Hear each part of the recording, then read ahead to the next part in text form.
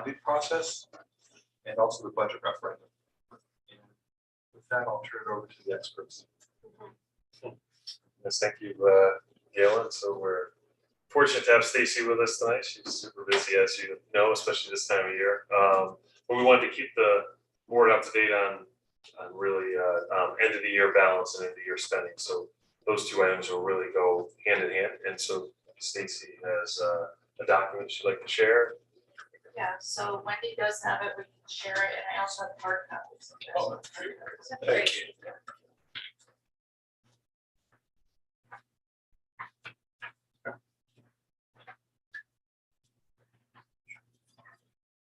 So it's pretty much the same format that we've seen in the past. The top part is where we're looking at potential available funds. It's a little early in the year. April 26th, last week was a deadline for the schools to give us projected ending balances. However, it was school vacation. So next year I will not pick that week. So I really don't have good projections at the building level. However, I did throw in a number up top just based on history. But again, next month when we meet, you'll have much better fine-tuned numbers.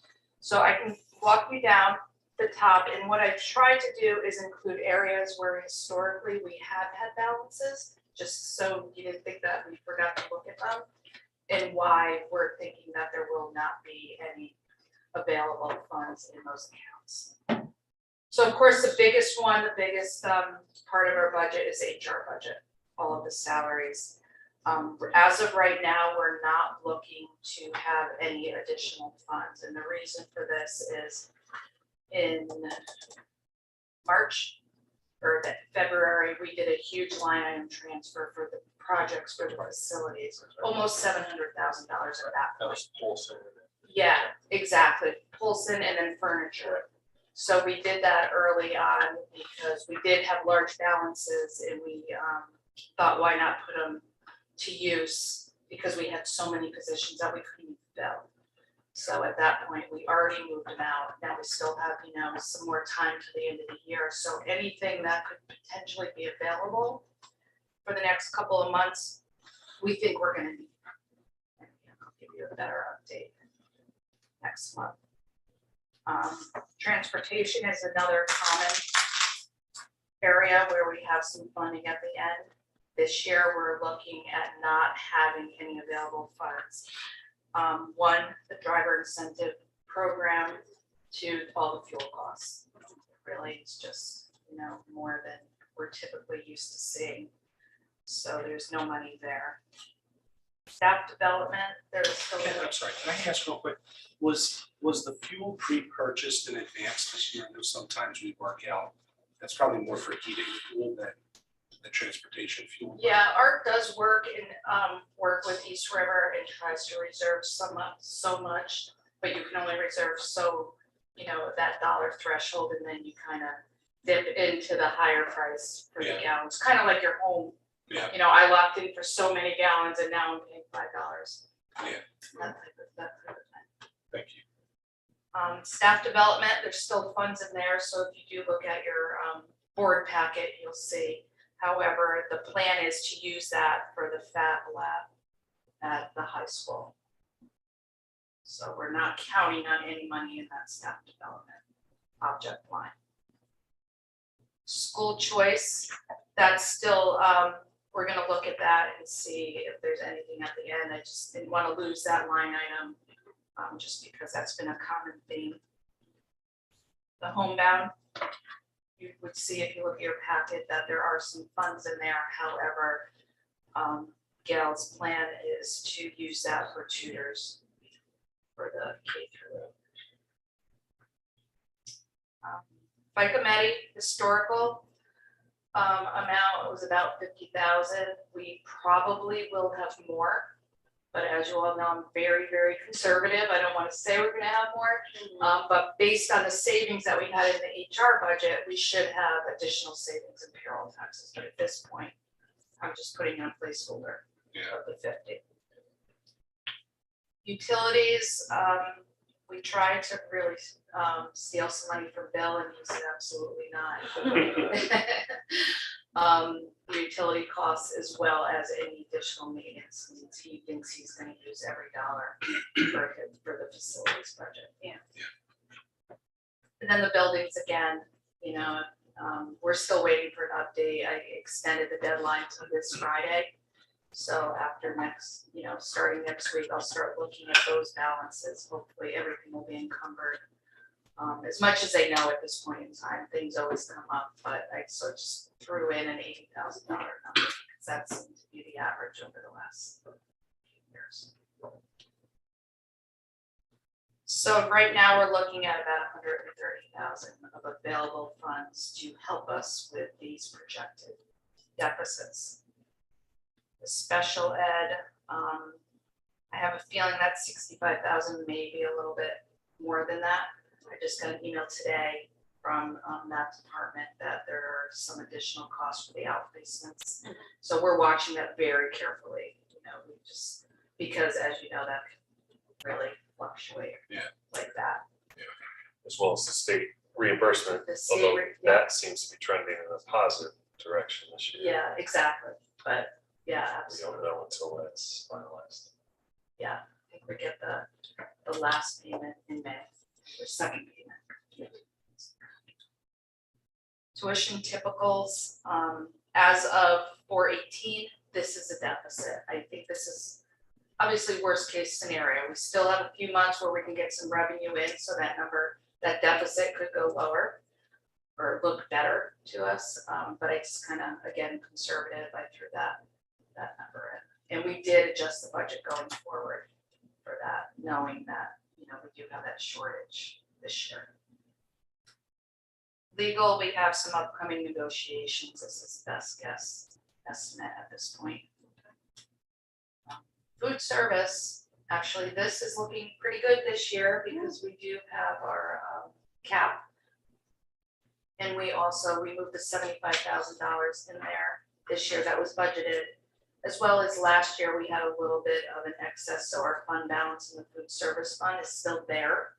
So as of right now, we do not think we will need any additional funds to help food service, but again, to the point before, we wanted to leave it in there, you know, full disclosure, just in case. I just don't want to forget to. We're transitioning beginning in the fall to the new, like contracted. No, we have 2 more years of the contract, and at the end of the 3rd year, we could contract out. Okay. Thank you. So overall, you know, again, conservative estimate, we're pretty good. $60 million budget, you know, looking at $4,000 is not too bad. But again, I'll update you guys, you know, next month, we'll definitely have better, more, you know, close fine-tuned numbers. And then the bottom part of this schedule is pretty much things that have come up during budget workshops, admin council, code discussions that I just don't want to lose track of. If we do happen to find additional funds that we could perhaps do future line item transfers before the end of the year, so that we can utilize those funds to our advantage. And is there a way, like, how are these potential requests prioritized or weighed? I mean, we, as code, we take the first stab at it and Yeah, and then it's really a discussion with principals. We, you know, we take some feedback certainly from the board. We talked this morning about the furniture here and camera.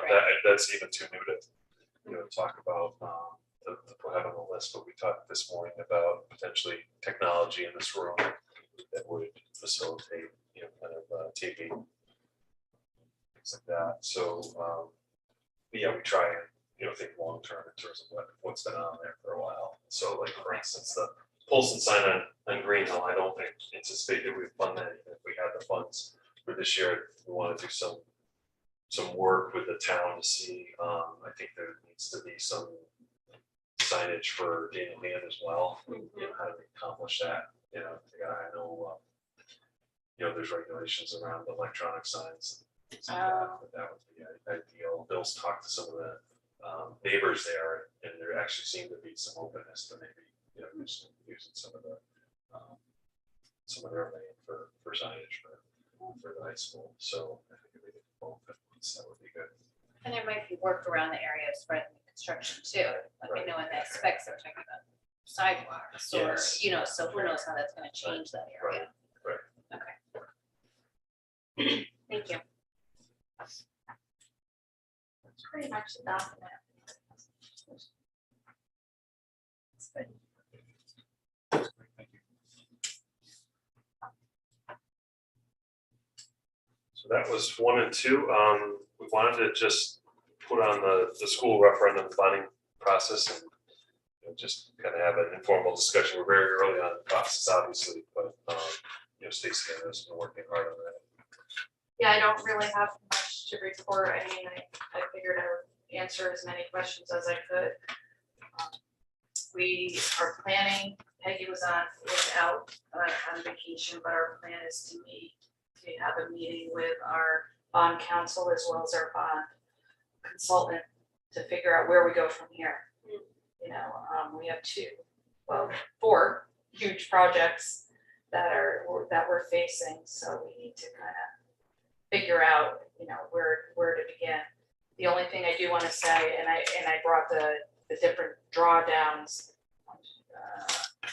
We're talking about at least for the school, there's 6 bands and 4 bonds. So that's the type of thing, and it's all based on cash flows, and that's for the schools alone, and then trying to work that in with Academy. So I think there's a lot that we have to figure out, but thank God we have the professionals to help us. Yeah. And the ban is a short-term note, it's a bridge financing Yep, before the bond yes, is issued. Yeah. Okay. ban is a normal term, but yes, on anticipation, no. Hopefully I'm not putting it on the spot. When do you think the first phase or? Yeah, so the way we originally did it based on the cash flow, so the original, when we said this is a construction cash flows timeline, the first one would be issued July of 22. So I think that's a little early. We haven't even talked to them yet, and we're already in May. But that was the first one. The second note on the ban was for July of 23. And then our first actual issuance of a bond would be July of 24. But again, we need to meet with them. We're trying to phase in the debt service impact as well, as an impact on the town's total budget. And to that point, before I forget, the plan is to put all of the debt on the town's budget moving forward, no longer on the Board of Ed budget. Just to refresh my memory, when does the high school debt roll off the books? Yes, so the last year is 24-25 that we actually have budgeted debt service. However, in 25-26, we'll see a reduction because now it becomes 0. Yeah. So the last year that we actually see a savings for debt is 25-26, Right. but 24-25 is the last year of the actual debt service.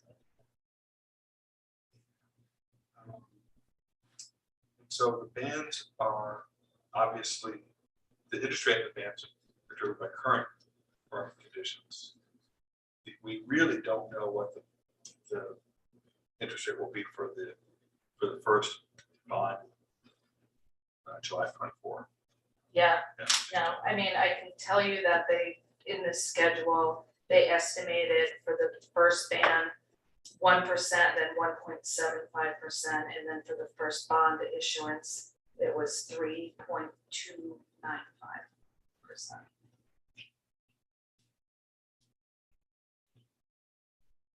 Certainly share the schedule with you. Yeah. I know you like numbers.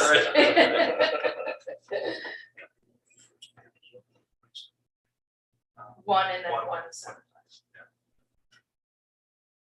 And again, this is, we're gonna have to refresh all of this. That's right. Yeah, Right, because that was probably printed when mortgage rates were 3. yeah, exactly. Right. If we could predict interest rates, we'd be funding it ourselves. Seriously.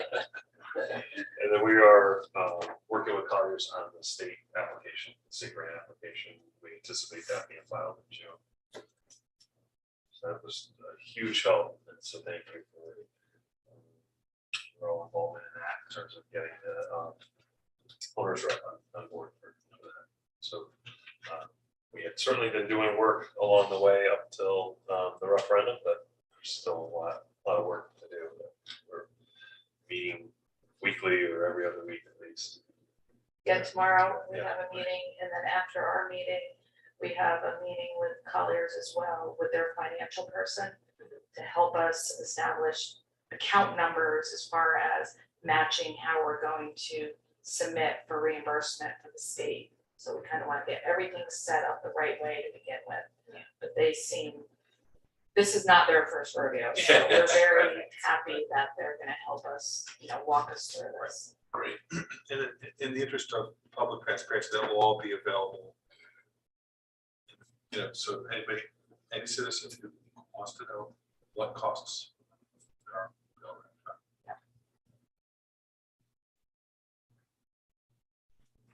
That's great. I guess we should also just say that, just as an update for people watching and interested, that the Board of Selectmen approved a slate of members of the school building committee at their meeting yesterday evening. And so that'll be posted as to who's on it, but it looks like a very strong committee, so we greatly appreciate the work of you were on the selection committee along with Bruce and Scott, and we thank you all for your good work there. And we look forward to the actual formation of that committee.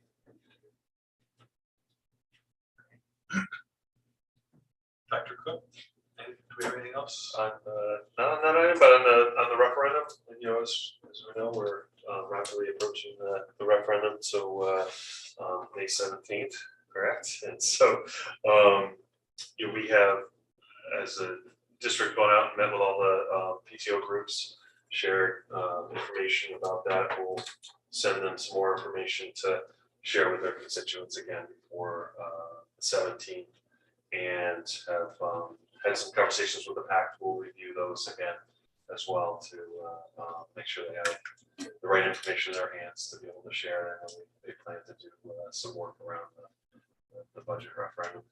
Very few, if any, comments come to the question box that we have, or questions that I'm getting as we're sharing information. It's really really quiet around the referendum. So seem to be going well. No questions last night. And that will be for the students in those two schools will be remote days, is that right? Yes, thank you for that as well. So yes, so we will have Daniel in, which we did not have for the referendum on the school project, but we will have Daniel and we'll have Polson and Brown on remote. And our ultimate goal is, like I've shared, is to have school on those days, but this will give us an idea of the traffic pattern. Yeah. Because basically all the cars that will normally be there will be there on that day. Yeah.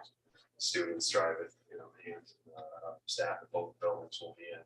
But staff, we're asking staff that from Polson to Park, way up towards the fields, the farthest fields away from the school, to keep those spots available, and then and students as far back as possible.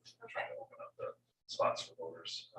But also the COVID concern was Sure, part of yeah. our issue. I know we've had families express concern about having other adults in the buildings when students are there, and plus we lose spaces. So Yeah. Brown was its cafeteria. Polson was its,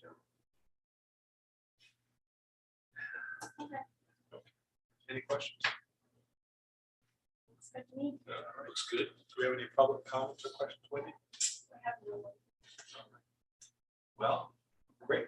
With that, I want to thank everybody. Thank you, Stacy. Thank you, Dr. Cook. And we'll adjourn the meeting. Thank you very much. Thank you. Thank you. Thank you, Stacy.